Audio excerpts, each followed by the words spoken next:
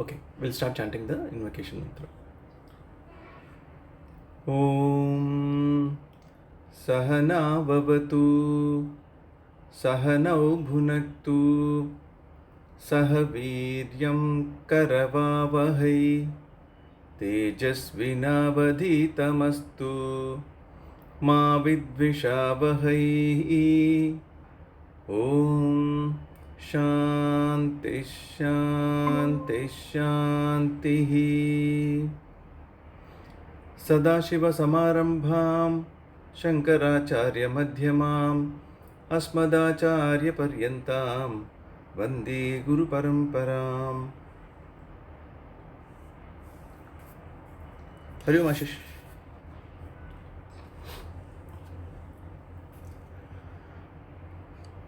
Hari Om everybody. Hari Om sir. Hari Om. Okay, so we saw until verse 90 last time. So I was tempted to go until verse 100 today. So 10 verses. These are very nice discussions actually. So I will do as much as possible, as much as people can grasp. I will do so much. Hari Om Ambika ji.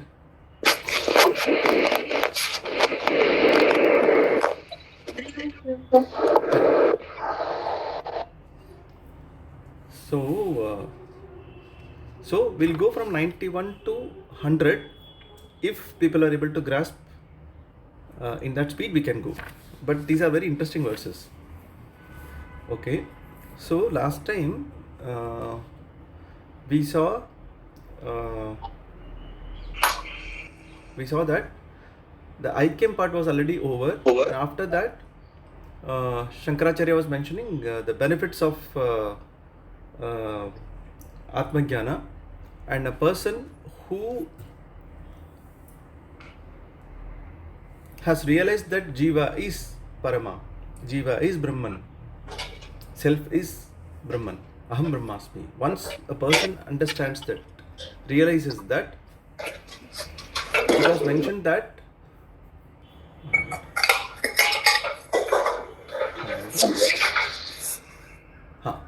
so once a person understands oneself to be that ultimate Aham Brahmasmi, the benefit of that Vidya was mentioned, and it is more mentioned from the angle that okay, for everything there has to be a benefit. In that sense it was mentioned. But if one understands, if one notes, during this entire process, even during sadhana chatushtaya, we have learned to give away the phalam of most of the things. So that we have been used to. And Brahma Vidya is that ultimate Vidya, in that everything is subsumed actually. So beyond that, you don't need to ask for anything more. So that one understands. Anyway, that is being more spelt out also by Shankaracharya, so that people do understand. It's quite possible that when we pick up a book, we may start from the last verses to understand what's happening at the end. Let us see that. So if a person picks up those verses, then it's apt for them. It gives the benefit of what one gets once a person understands this Vidya, which comes in the initial part. And if someone happens to look at this last stage first to understand, okay, let me understand what are the benefits, then to that extent it is useful to them. So in that line, there are some more verses being mentioned. We saw until verse 90 last time. We will start from 91. So I'll read from here. Aham brahmeti vijnanat kalpakoti shatarjitam sanchitam vilayam yati prabodhat swapna karmavat. As even the actions done in dream get dissolved on waking, the accumulated results of actions collected over hundreds of crores of kalpas get destroyed by the knowledge that I am Brahman. See, one popular question that crops up is, on Brahmajnana or Atmajnana occurring to oneself, how do we avoid future births? If birth is the root cause, earlier it was already mentioned, due to Ajnana, a person is born. So if birth is the root cause of problems, actually root cause is ajnana, not really birth. Birth is incidental. So we start from there actually, and also most of us, when we get into Brahma Vidya, we also get into Brahma Vidya with certain other knowledge which we have received from others, elders, peers, everyone, that with Brahma Vidya, that moksha sadhana is done, and once it is done, one will not have future births, because birth only is creating all these problems. So one will avoid future births.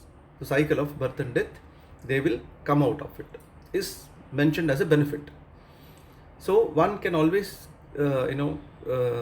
keep wondering as to how this happens, is it true, and who can verify that. So all these questions will come in one's mind.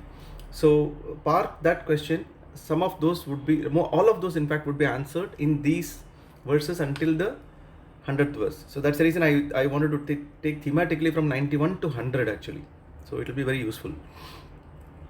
So here it says, the problem of samsara gets dropped without any stain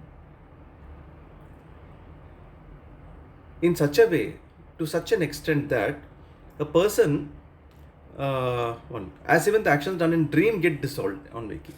See, when we wake up from the dream, the impact of dream, for example, if we happen to be stuck with hot water poured on our feet in our dream, I'm sure in dream we would have had the pain, fear, everything.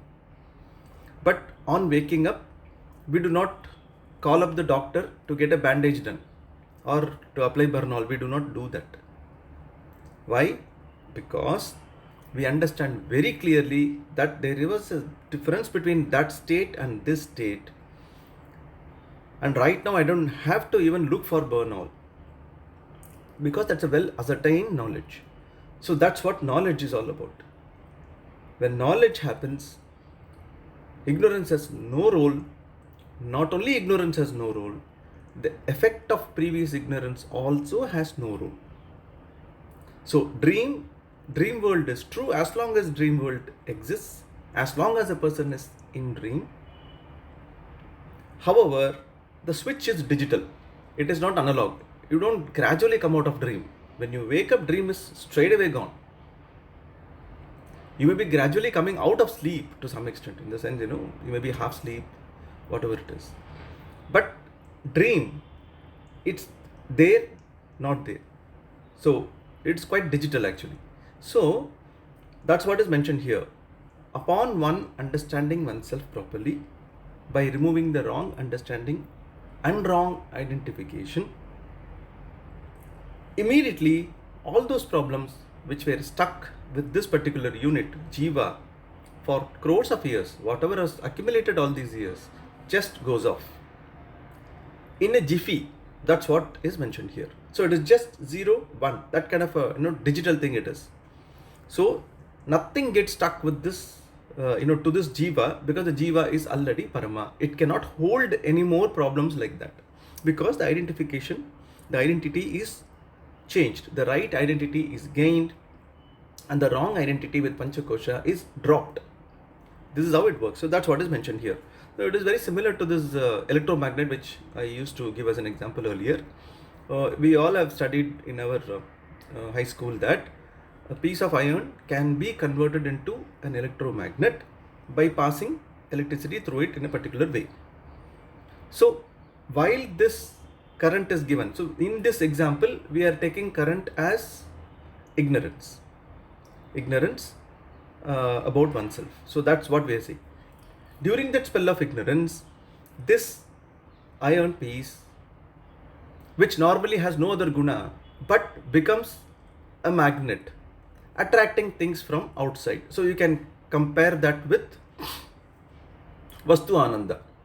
So we can compare with that where a jiva goes about things in samsara, trying to get ananda from them, trying to possess these wealth.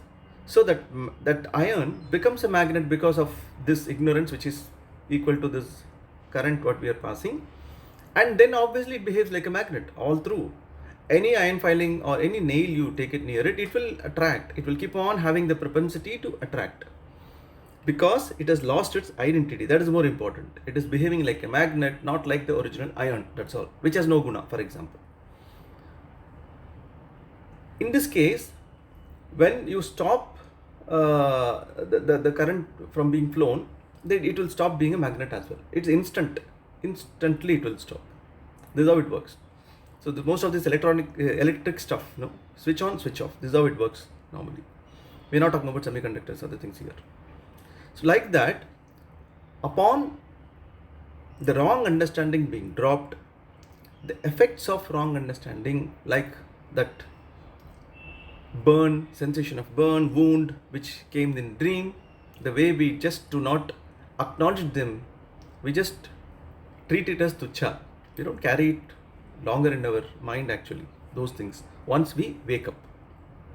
So in this awakening that I am that ultimate, I am not this alpa panchakosha. In that understanding, where we have understood that I am everywhere available as consciousness. In fact, all these jiva and all these things which are here, they thrive in me. They need me for their existence. The reverse is not true. I don't need them. So in this understanding, obviously, every problem that was an outcome of the wrong understanding and wrong affiliation, they are dropped, straight away dropped. So this is what is being mentioned here. So you will see similar theme being mentioned everywhere else also. I am not verbatim reading any of Swamiji's explanation. That's already available in the book. The next one, verse 92. Yat kritam swapna velayam punyam va papa mulbanam suptosti tasya kim tatsyat swargaya narakaya va. Can the good deeds or the terrible sinful deeds done during dream be the means to go to heaven or hell for the one who has woken from sleep? So it's just a continuation of the previous verse, that something which is of a different level cannot affect the next level at all. So dream world cannot affect the waking up world. Verse 93, it's the same one actually, there's nothing more to explain in that. Verse 93. Swam asangam udasinam parignyaya nabho yatha na shlishyate yatihi kinchit kadachit bhavi karma bhi. Knowing himself as one, unassociated and not being partial, the man of right effort is not tainted even a little at any time by the future actions like space. So one doubt that can happen is post understanding, post knowledge. Also a person keeps performing karma, and karma will have its own result that keeps coming in. This question will arise to every person. Though I understand myself to be everything and the ignorance is dropped. For example, I will still use a scooter to go to fetch something, from maybe the provision stores. So when I go, it's possible I may be accidentally hitting a dog, for example, on the way, accidentally. So one can have a doubt, okay, this is sin actually, this is a papa. So that's a karma in any case. So the doubt be that, okay, fine, though I know I am Brahman, but this action should have definitely a result, as it was mentioned earlier. So will I incur papa? Will be one question that will come. So for that the answer is given here. Like the way space does not undergo any change, due to those changes, whatever happens in material. For example, if a pot has a problem, that's not the problem of space.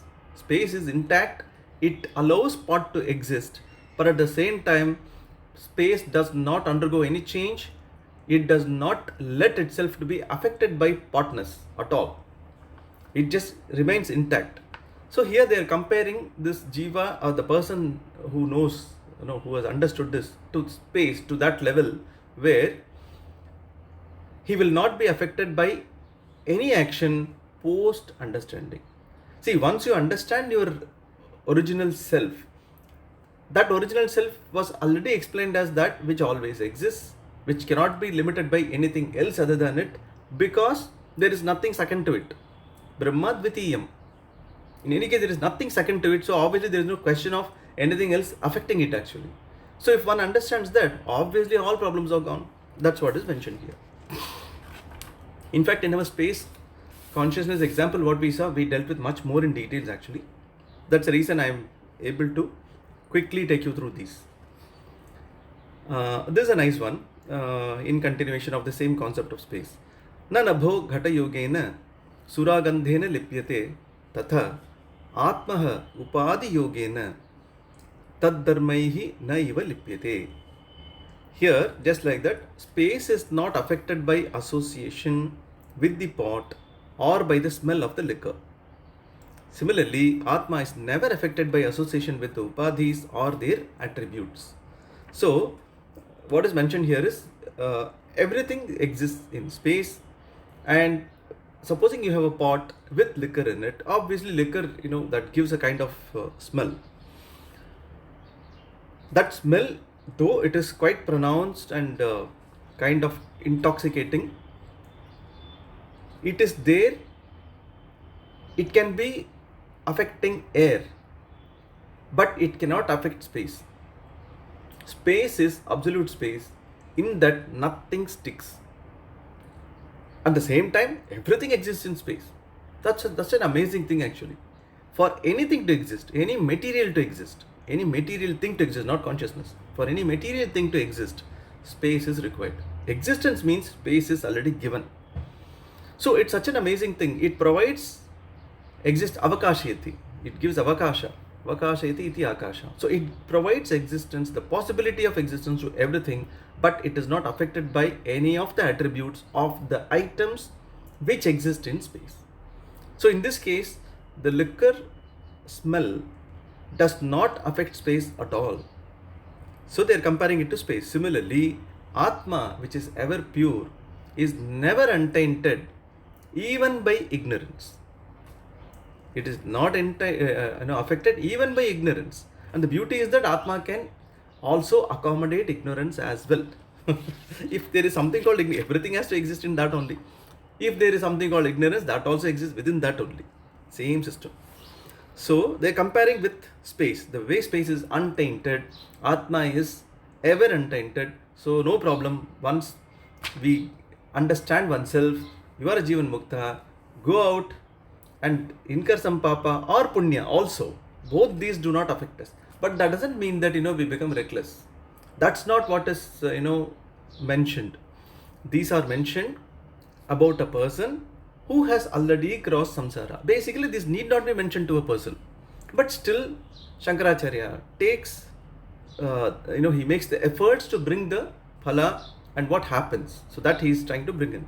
And also, as a part of this journey, though the tattva is mentioned and a person is getting bit by bit and getting closer to the concept, it takes time. And some of these analysis also becomes a part of that learning process itself. And it's possible that after completion of 108th verse, one may be able to understand it even better in terms of oneself being Brahman. It's possible. It's not exactly possible that when we take Aikya part, people have already become one with oneself. Not necessary. They may take a little time to grasp. It can be 1 month. It can be maybe 6 months or 1 year. It can take any time for that matter. But until then, some of these things which is said post Aikya also become good data to assimilate, to think on. So that was 94th verse. Here come some of the questions which many have. So initially it was mentioned that there is something called prarabdha karma. See, in karma there are 2-3 kinds. One is sanchita karma, which is a total karma, and prarabdha karma is that quantum. For example, if sanchita karma is 100 units, for example, prarabdha karma is that maybe 70 units or 60 units which is already fructified for this birth. So those 70 units Until the time they are finished, this body will survive at any cost. At any cost. It can even survive a terrorist attack. As long as the prarabdha karma is there, that karma has to finish. It will make the jiva survive every attempt of a problem. And at the same time, when the time comes, it will also work that way. So this is how it works. This is what prarabdha karma was presented as. In that context, people will have a doubt, oh, karma has already started, now I have become Jivan Mukta, then what will happen to the Prarabdha karma? Because Shastra only said karma has to be in any case, spent completely, then what will happen to those? So this question will come. That's the reason Shankaracharya is addressing this aspect as well. Jnanodayat purarabdham karma jnana na nashyati adatva swaphalam lakshyam uddishyot srushta banavat. Okay. Here, I'll read the immediate translation. Like the arrow released, directed against the target, the karma phala that has begun fructifying before the rise of knowledge does not go away by knowledge without giving its result. So, what is said here is, this is all in that context of karma. That question what I raised earlier, this question can come in anyone's mind. So, in that line, these lines are being mentioned, and this is a logical sequence. So, when you go through this journey, it's very nice. That's the reason I am clubbing all these verses, because they're all related verses. So, if a person thinks, okay, now I've realized myself, just like that magnet where things got dropped, it was said in the earlier verse, my karma should be just stopped. But after understanding also, it's possible that, I go and sit under a tree and someone mistakes me for a fake Swami and starts hurling stones at me because of his lack of understanding. This can happen. So that time, if a person thinks, obviously he will not think. If a real Jivan Mukta, he will not think. But this is a question to a person, ideally who was yet to be Jivan Mukta, if you ask me. These questions come to a person who's yet to be there. So this is all still a process of self-realization only. The person is yet to get knowledge. That's what it means. The moment he gets knowledge, no question can stick as well actually.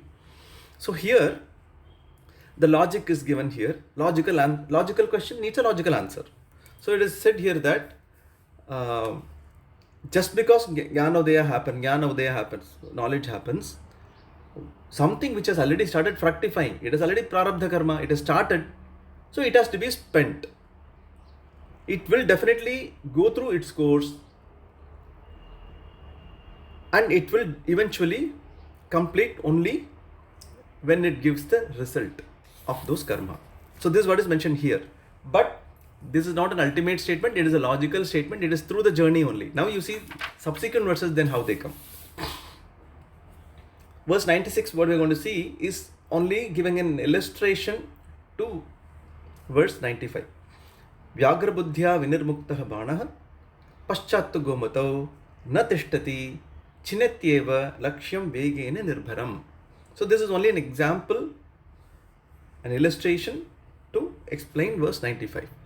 So here it is saying, an arrow released with the idea of striking a tiger does not stop even when it is discovered later to be a cow. It will go and hit the target.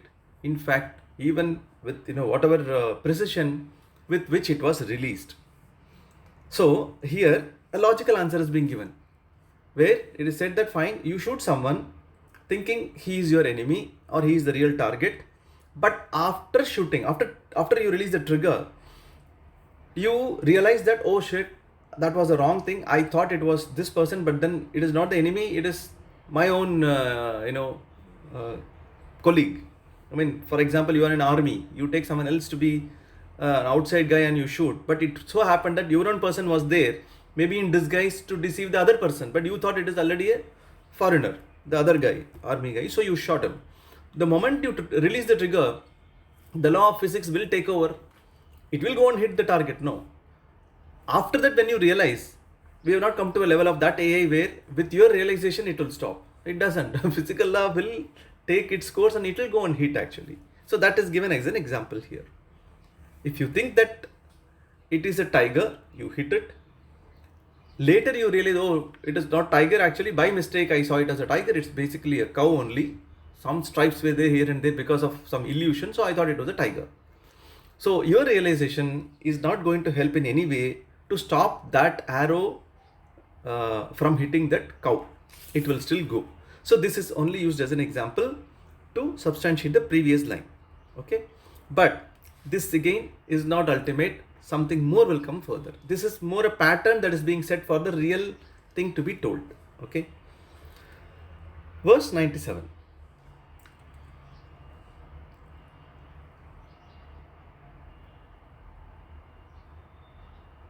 Upadi tadatma vihina kevala brahmatma naiva atmani tishtato munehe. Very complex word, the way they've used it. Prarabdha sadbhava katha na yukta swapnartha sambandha katheva jagratah. So they're saying, if you link that, how it will look like this. The talk of existence of prarabdha for a sage who remains in himself as non-dual Brahman, free from identification with the upadis, is not proper. It is like talking of connection for the waker with the dream objects. So now a twist is being given. First the question was asked, the question was asked by mind. Okay, once this happens, what happens next? What will happen to prarabdha karma? Those questions were asked. So there were logical questions that were being given to satisfy that logical mind. But truth has to be told in its right way. I mean, you can't mince with truth. So now this is now taking another course towards the real statement. So it's saying, when a person has understood himself and when every assumption or illusion is gone, then how can you even talk about that prarabdha karma which doesn't affect him at all? I mean, something which affects him can be spoken about. Anything second to him does not exist. Prarabdha karma is also second thing only, no? So anything second to oneself does not exist. Then where is prarabdha karma? So that is the real understanding of a jnani. So then how can it affect him? So it cannot affect. This is what is mentioned here. This is a change in course of that particular concept and the way answer is being given. Verse 90, 99, 100, they are going to now going to make a course correction in the thinking now. Excuse me, Bhaskar sir. हाँ. Bhaskar ji, ये वाला sir 97. If you can slightly spend some 2 minutes more on this. Good, very good. Thanks for prompting. So what it's saying is that, So if I mistake myself to be person X, but actually I am person Y, but for whatever reason I thought that I am person X, and Mr. X has certain problems. He has committed a crime and he's been hunted by people, and they've given Interpol alerts that whenever this guy comes to any airport, he has to be stopped, intercepted, and he has to be arrested. So this is the situation of X. Because of his karma, certain things have to be finished. Now, if I am X, I cannot escape that. But if I am not Mr. X, I am actually Mr. Y, due to my own confusion, I take myself to be Mr. X. In this case, this problem cannot be resolved unless the person is made to understand that it is your identity problem. Whatever you are saying as a problem of an arrest warrant being in your name, this does not belong to you. They are not your problems. Why? You are not Mr. X. These are problems of Mr. X. You are Mr. Y. Please understand this. Just correct your understanding. All the problems related to the wrong identification are dropped instantly. Now Mr. Y, he was thinking he is Mr. X, but now he understands, oh, I am Y and I have no link to any of those cases which is being spoken about, which relates to Mr. X. Now, will he ever come back and ask the same question to a person who revealed his identity, saying that, by the way, solve some more problems what I have? What if, others don't believe that, I am Y? What, even if I am Y, what if they still say that, no, still, in any case, we have given an H1, they come and arrest. So what will happen? So there can be a lot of questions which this person will, keep asking the other person actually. But they have no basis, no. A case is a case on a particular person and on him only. It cannot be put on another person. If a person mistakes himself to be that X, that is his problem, right? The moment understanding is corrected, all the problems are instantly dropped. After that, there won't be any more questions. So that's the example being given here. So here it says, the talk of existence of prarabdha for the sage who remains in himself as non-dual Brahman, free from identification with the upadhis. Upadhis are all this panchakosha, all this stuff. Is not proper, it's not correct. It is like talking of connection for the waker with the dream objects. It is like, we are awake and then we are looking for that burn all. For the burn injury which we had in dream, we never do that. So for that situation, again an illustration is given, that's all. It's clear? Thank you, sir. Yeah. Okay. So verse 98, Ajo Nitya. Now that course correction is happening, that's where it's an amazing thing. See, there was a logical question. Shruti always does this method, uses this methodology. Whatever question comes in to any mind, that question is valid. There is nothing called a wrong question or a immature question or a great question. There is nothing like it. Question is a question. Doubt is a doubt. Whatever be it, it creates a distance between oneself and oneself. To that extent, even an iota of doubt is a problem. Okay, there is no grading in doubt at all. Doubt is a doubt. Ajo nitya iti brute, shruti resha tvamoghavak. Tadatmana tishtato asya kutah prarabdha kalpana. So now the course correction is happening. This you have to note very, very clearly. Shruti declares thus, Atma is unborn and not bound by time. Shruti is indeed of infallible words for one who remains as that very unborn, timeless Atma. How is this imputing of prarabdha? So here a new concept is being introduced. So in Shruti is Vedas. So in Vedas, and now more to deal with the part of Vedanta, the spiritual part of it, Vedanta you can call it, Shruti declares thus, Ajo Nitya. So it is always unborn. So this is very important actually. This comes in Mandukya Upanishad also, the way Gaudapatacharya has explained it. In fact, in my spiritual journey also, this question was very important. All that is what is depicted here, as a person after understanding can think like this. This was happening through me. Almost you are there, at the same time you are having all these questions. But then I understood, in fact I got all this clarified through my father. I used to call him when 5 o'clock in the morning. If this happens, then why this happens? At that point in time, I had not read probably this Vivekachudhamani. So now I think that all these questions I had asked. And my father happened to say that all the questions were related to creation. Then he said there is no creation at all. That's what one has to understand. So similarly, one is never born. That is what is more important. That one has to understand. See, Atma, that which is never changing. How can it be born first of all? If at all it is born, that if is very important. Then all these problems and it has to go back to it, all this happens. It is never born. So that is more important. That's where that point is being introduced here. Shruti declares thus, Atma is unborn and not bound by time. Shruti is indeed of infallible words. Shruti, we have Shraddha, that's the reason we say Shruti has to be right. It is always infallible. For one who remains as that very unborn, if we have already understood that we are that ultimate, that Atma, which is not tainted by anything for that matter, and which remains as a thing without a second thing. Advaita, Advitiya. From all these previous verses, if we have already understood that, it's very clear that nothing can be imputed as karma on it. How is this imputing of prarabdha? Prarabdha, there is nothing called prarabdha which you can impute on that. So that's what is mentioned here. Shall I go to verse 99? Because these are all in sequence actually. When you see that, immediately you will enjoy that concept even more. But I can answer any question on 98.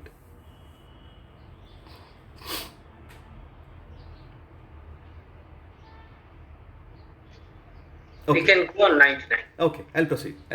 This sequence is very important. It's a very nice sequence. Gradually it's being revealed, and Shruti answers in the same line as the person is asking.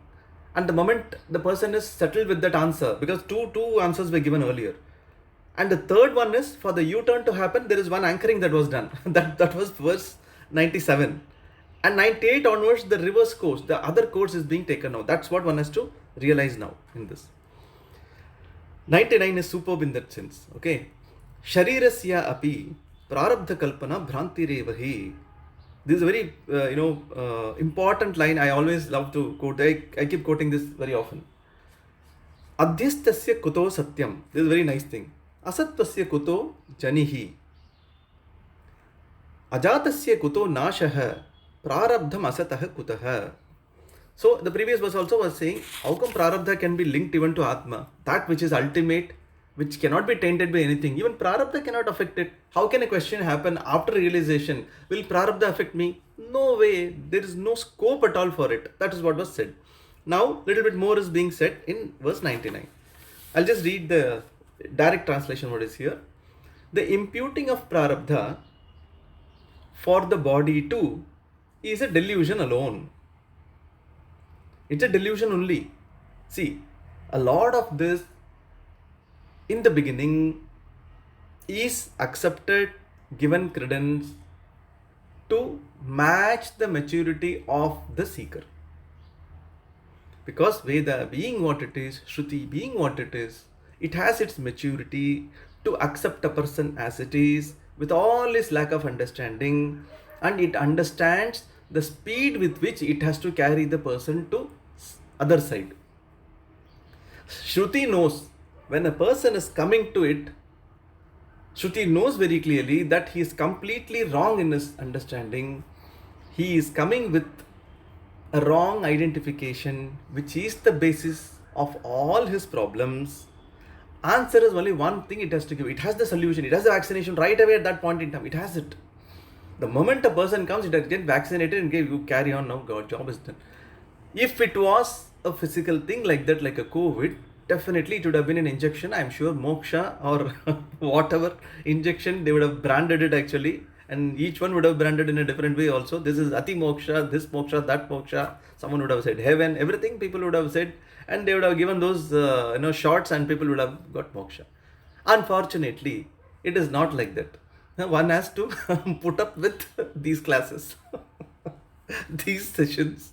Because the problem is in the nature of a wrong understanding. Only right understanding can be the basis, can be the real vaccination or antidote or antibiotic, whatever it is. So right understanding involves thinking. So right understanding involves correction of the wrong conclusions. This is why vichara is very important. Chittasya shuddhaye karma natu vastu upalabdhaye. Karma can definitely purify, make a person fit for knowledge. It will not fetch knowledge. One has to think, one has to apply mind, only then knowledge will occur. This was said very clearly. So Shastra applies a methodology where it goes with the speed of a person to be able to transact with the person. Many times you would have seen, if you are at a particular wavelength, and it's nothing like less or more, whatever it is. If someone else is at a wavelength which is, for example, in a scale of 1 to 10, if we are at wavelength 1, with respect to a particular topic, each one has, his own understanding of certain topics much better than others. So if we are at point 1 and if someone else is point 8, the conversation becomes very difficult actually.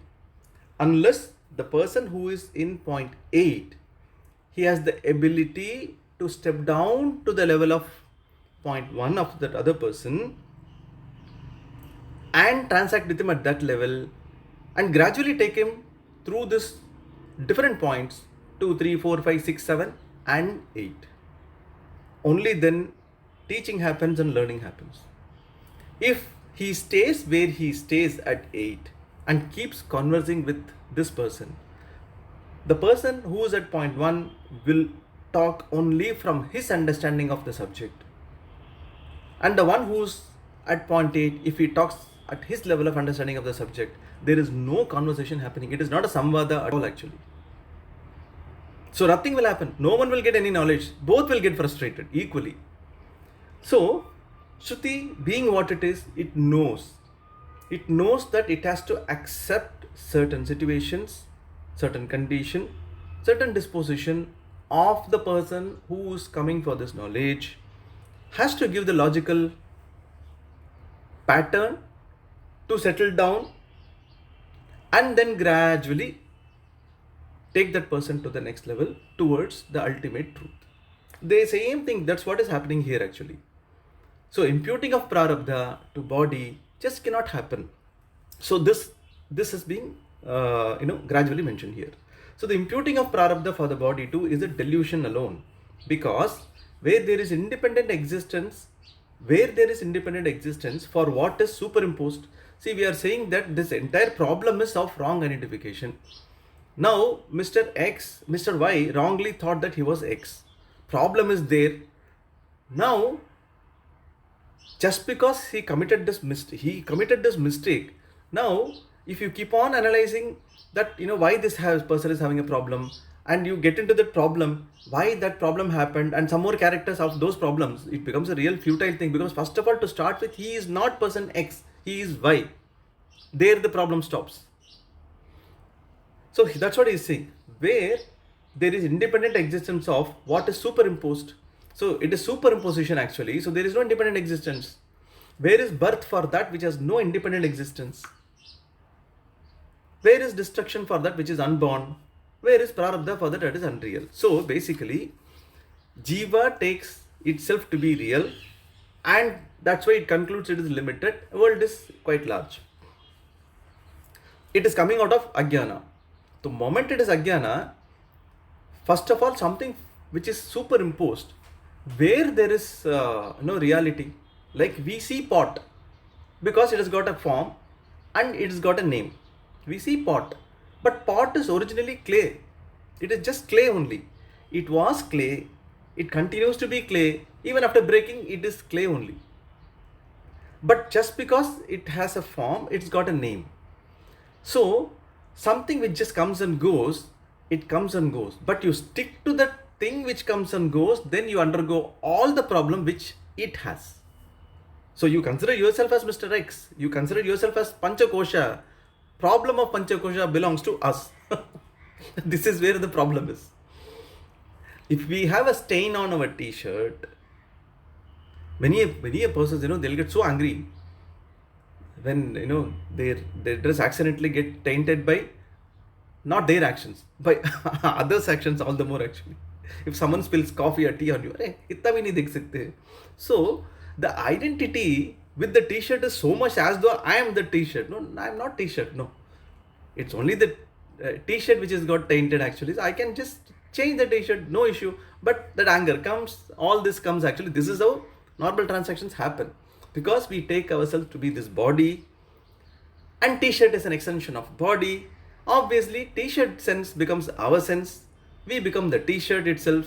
So coffee falling on t-shirt becomes coffee falling on me, hence problem. So a wrong identification can have such a big problem actually. So Shastra is poking. It is saying, actually boss, I am telling you, you are not even the body. Now you are coming to me with the problem saying, how do I launder this t-shirt? and you are taking yourself into the t-shirt. I said, come on, I am telling you, you are not the body, and you are coming to me with the problem of t-shirt, and you are saying you are the t-shirt.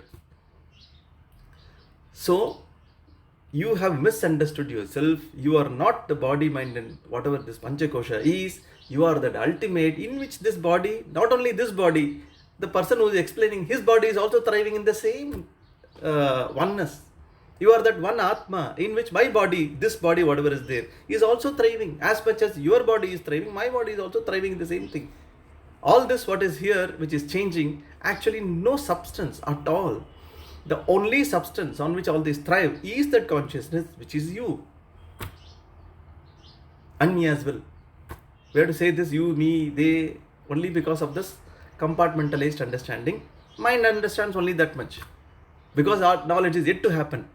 For knowledge to happen, all these statements have to be told. To take out, to kill that wheel, to take out the wheel, all these have to be told. So, it is basically asking for that which is arising. Like as a person, I am Mr. X. It is arising out of a wrong conclusion. Now we are talking all the byproducts of that problem. It is say, come on, the byproducts of the problem, where can it exist? I mean, there is no existence actually of a thing. There is no substance. So, for that which has got no substance, how can you talk about prarabdha?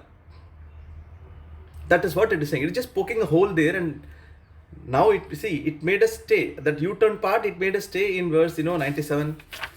And then it was making the course correction. Now it is making a course correction. It is asking a question to the person who is questioning, saying, boss, what kind of question you are asking actually? You are that ultimate. Did you understand or not until the time this IKEA lesson was being taught? So if the answer is no, then circular reference. No, you not circular reference. You have this, in programming we have this no. For I is equal to 1 to n. In basic programming I remember. So this is finished with 1. Then if this is reached, if x greater than 10 times, no. If it is less, next. So you again loop it back to the previous one. So that person will say, did you understand IKEA or not? If the answer is no, go back to Shloka 1. From there come to 100. That's what the program will say.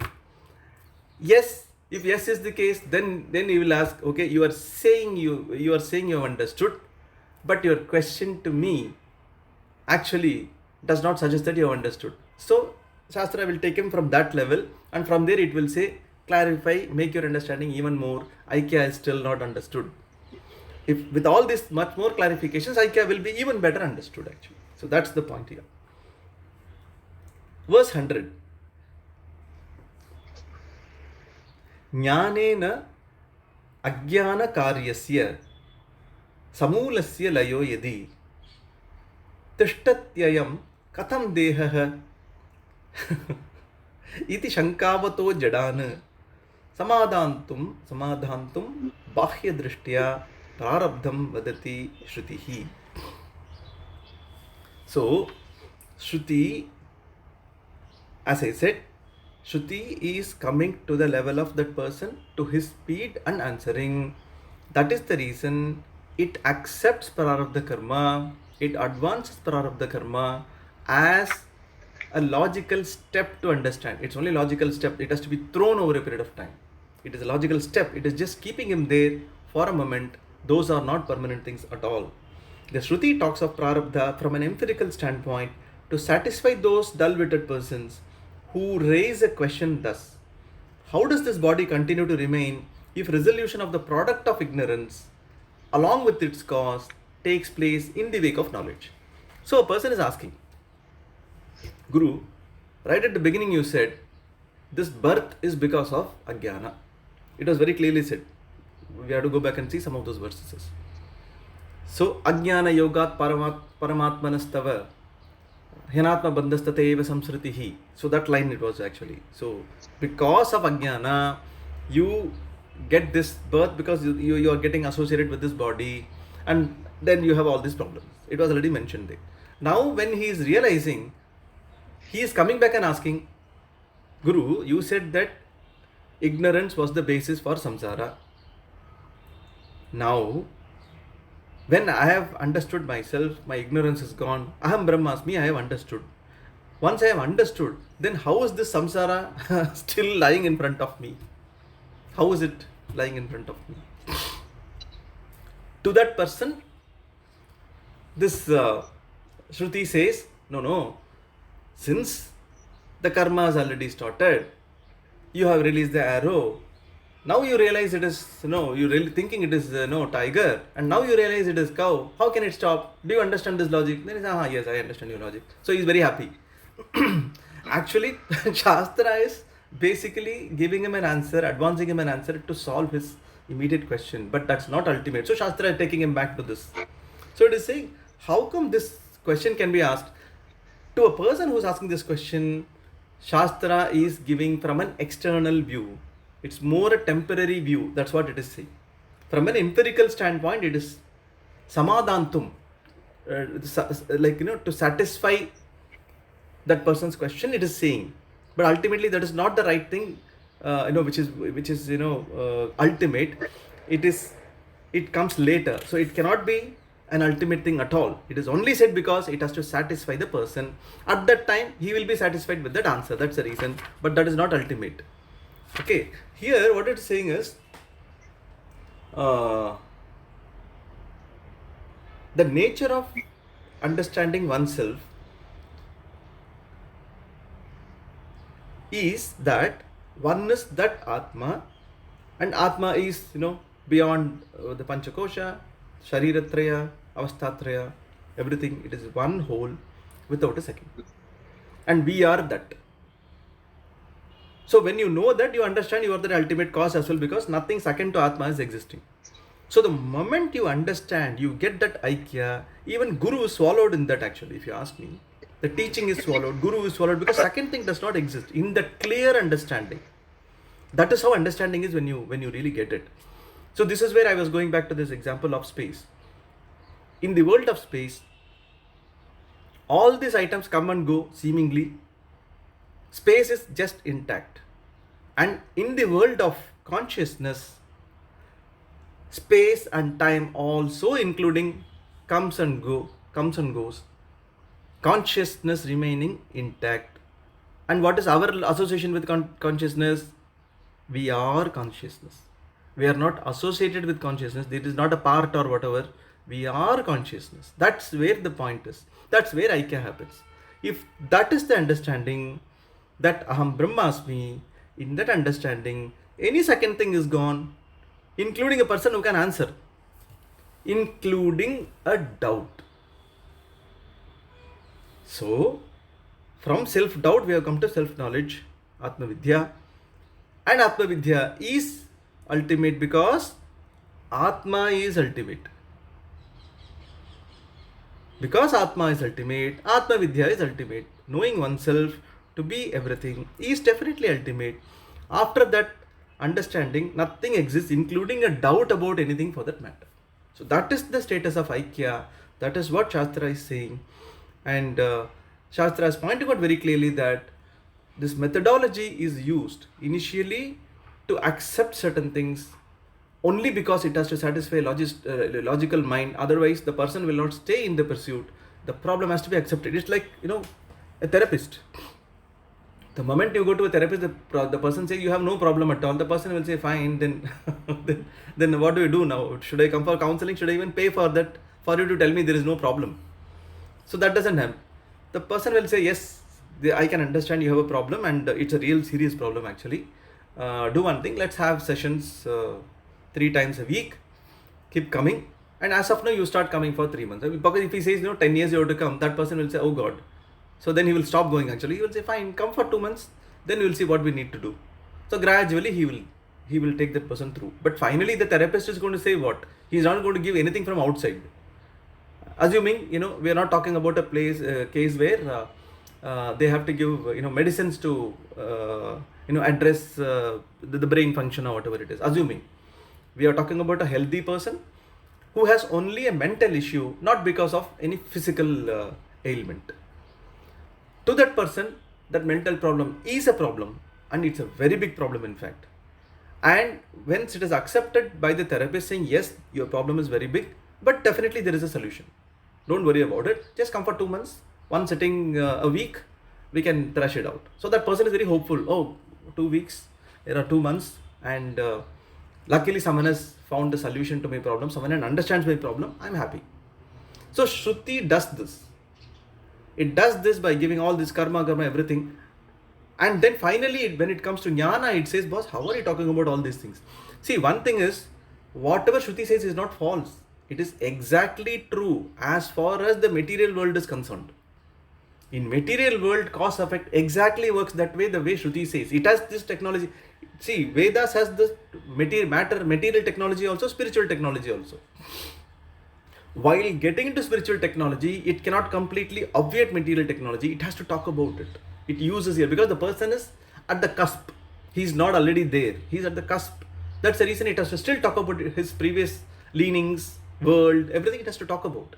And what it talks about material world is absolutely true in material world. If it is said that red litmus turns into blue when you introduce it into base, and acid turns blue to red. It is dharma. It just works that way only. That will never change. Whether a jnani is putting that acid or a ajnani is putting that acid, it doesn't matter. Acid works the way it will work. Litmus paper will work the way it will work. These are material world. They behave in a particular way. They are programmed to behave. They are all truth in that sense. But where we are coming from, we are coming from the level of matter to energy and energy to witness of energy. We are talking at that level. So everything that is material can be converted into energy, and like the way matter has antimatter, energy also has a corresponding opposite energy. So matter and antimatter can come together and resolve. Energy and opposite energy can come together and resolve. The witness is only seeing that things are entirely resolved, and he is alone actually. And when he is alone, and also in the understanding that the pancha kosha is also neutralized, along with all the laya which we are seeing in terms of the material world as well as the energy stuff, including pancha kosha. The pure witness, once he understands, oh, I am this witness, I always exist. In that understanding, the total understanding, the material world is completely gone. Because it comes and goes. He sees he is the witness, he is always available. Then he doesn't care about this entire material world. To him, material world does not exist. So that is the ultimate understanding. But for the ultimate understanding to take place, all these questions will come and one has to go through this. These are unavoidable. So with that, I'll complete this session today. And this 91 to 100 were very important actually, but you will also enjoy further when you go. Some of those things also will be very good. I think after this it is more like thanksgiving kind of thing only, expressing kritagnyata. All that is what is happening actually. So to say, I think we have almost reached 100 and maybe 108. We can finish in the next session itself. We can finish it. See, all that one has to understand is Aikya is the important part, and for that understanding to happen, that I am that Chit, I am these names are all the same. Chit, Atma, Brahman is all the same. One, if we understand that that person is the Chit, he is not anything else which he associates with wrongly. Job is done there. There is no other thing that has to be done. Brahma Vidya is only that much. Just to understand that if a person is Mr. Y, he has to understand he is Y and he is not X. Today, our understanding is I am this Panchakosha, all this. And that understanding has to be given. This Panchakosha is thriving in the presence of this Chit, and the Chit I am. That's all. Soham. That's all. That's the only understanding to be gained. Nothing else has to be done. With that, the job is done. And if you ask me, it can happen in 1 hour.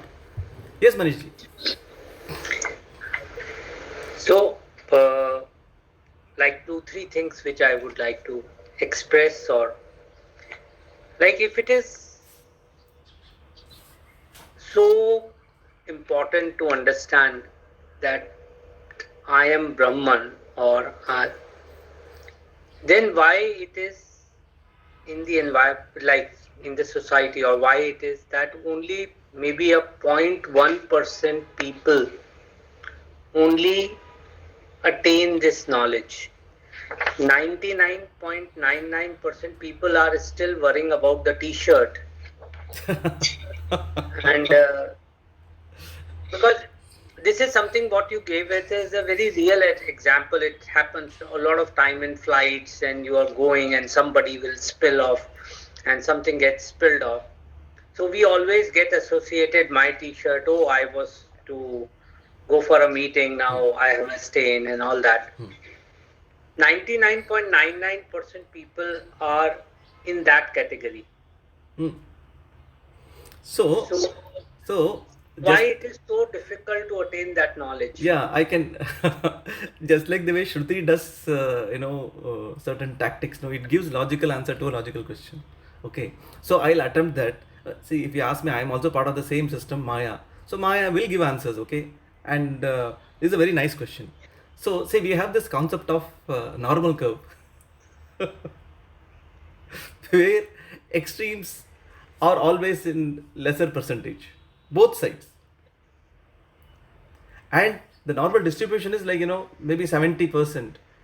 And then 15 here, 15 here. Or maybe it is 80%, 10 here, 10 here. So all of us are affected by this normal curve in our lives. At least as employees, we know this.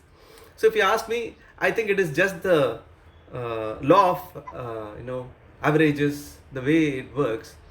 To that extent, definitely, statistics works. The way things normally take its course, it works. And Maya, the way it was explained, Sattva, Rajas, Tamas. Tamas is always more predominant in nature. Tamas is always more predominant. For example, if you take uranium, it exists in its form. We may require it at an enriched form for whatever purpose, but it exists in its form, which is, you can say, tamas form. One has to work to enrich it to get it to the sattva form. So, default setting in samsara mostly is tamas, followed by rajas, and least of sattva. This is why sadhana becomes so important, because the default set is normally predominant of this one, tamas, followed by rajas and sattva. See, figuratively, when we see the various varna which was mentioned, if we don't take it as jatihi, we take it as not varna, the guna based classification of Brahmana, Vaishya, Shudra. If we take it that way, there's a very nice way we can look at it actually. It's a different thing, no? If someone has to take, someone has to affiliate himself to be that because of the lineage, that's a different thing altogether. Each person can evaluate him with in a particular way. There is one line which is very nice, which is given probably in one of the Puranas, but there are different understandings, which different opinions which people have about it. But from our Swamijis, we have learned this, and that's the reason I do rely on our Swamiji's words. There is a line which goes this: Janmana jayate shudraha, karmana dvija vichyate, veda pathena viprasyat, brahmano brahma vedanat. As we are born, we are all Shudras. Janmana jayate Shudraha. We are all Shudras. How? Let us understand Triguna. Everything is a combination of Triguna. Just like in our health, we have this Ayurveda. Everything is based on the combination of Vata, Pitta, Kapha. In that sense. Similarly, in spiritual stuff, from a mental perspective, in Guna perspective, we have three. Triguna, that is what is Maya. Maya is Trigunatmika. Sattva, Rajas, Tamas. Now,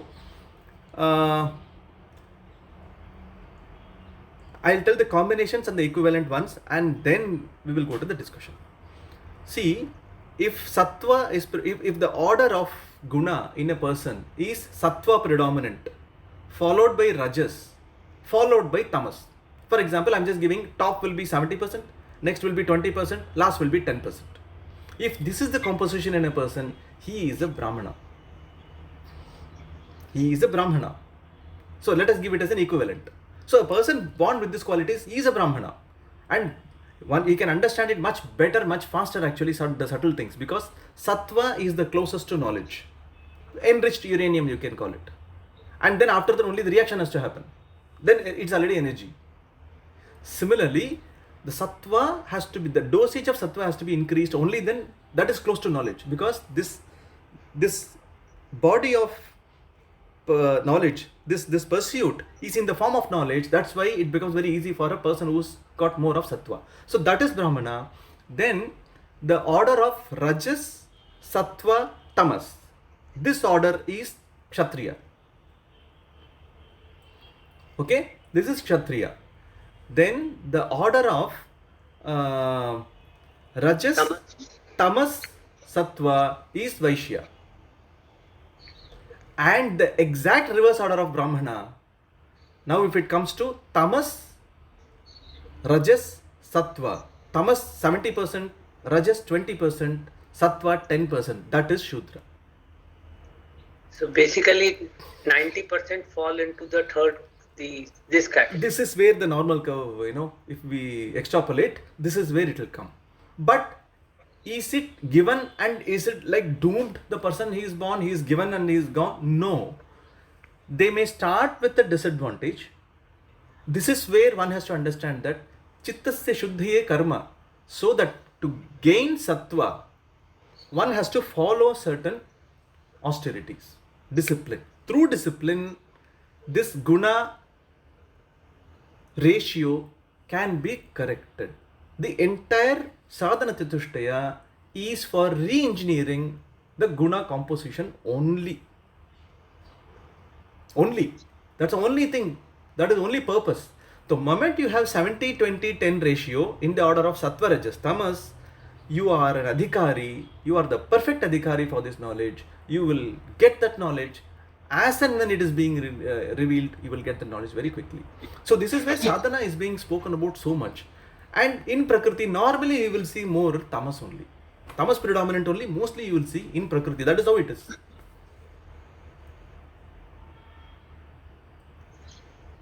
And again, to link, in the context I can tell, I'm not sure where it comes.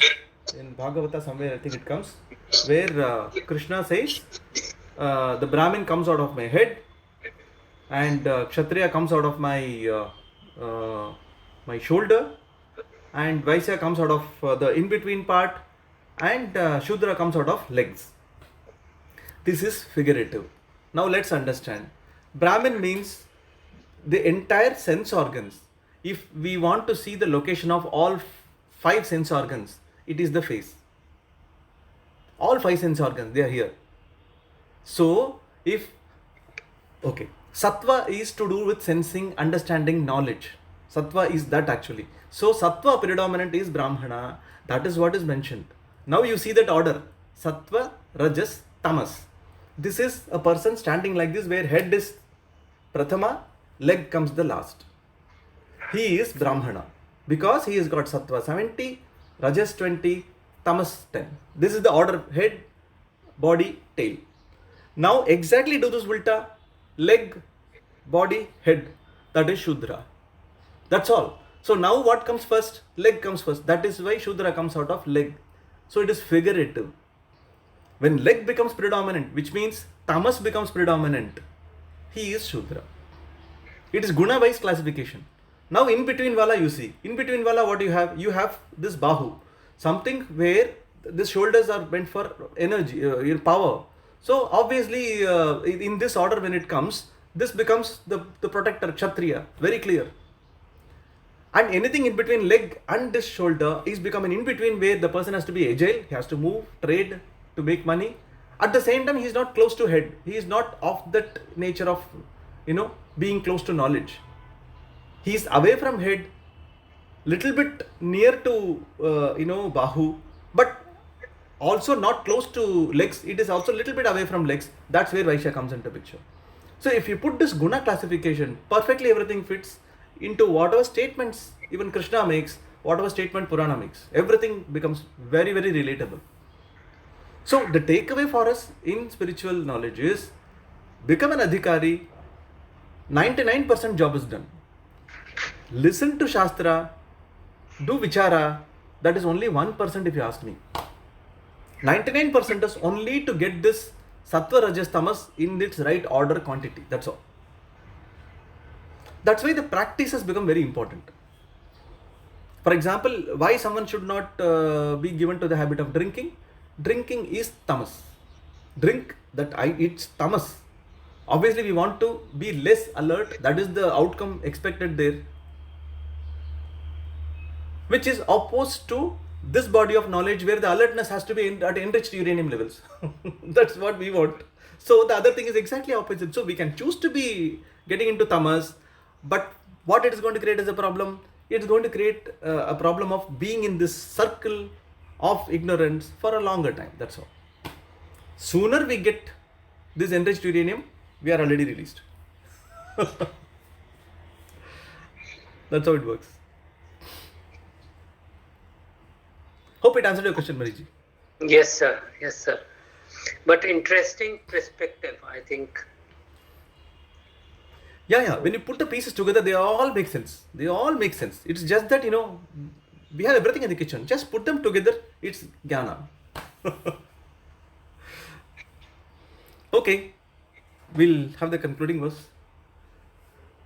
Om Purnamada Purnamidam Purnat Purnamudachyate Purnasya Purnamadaya Purnamevavasishyate. Om Shanti Shanti Shanti. Hari Om, all of you. Have a nice day. Hari Om, sir. Hari Om, sir. Have a nice day. Hari Om.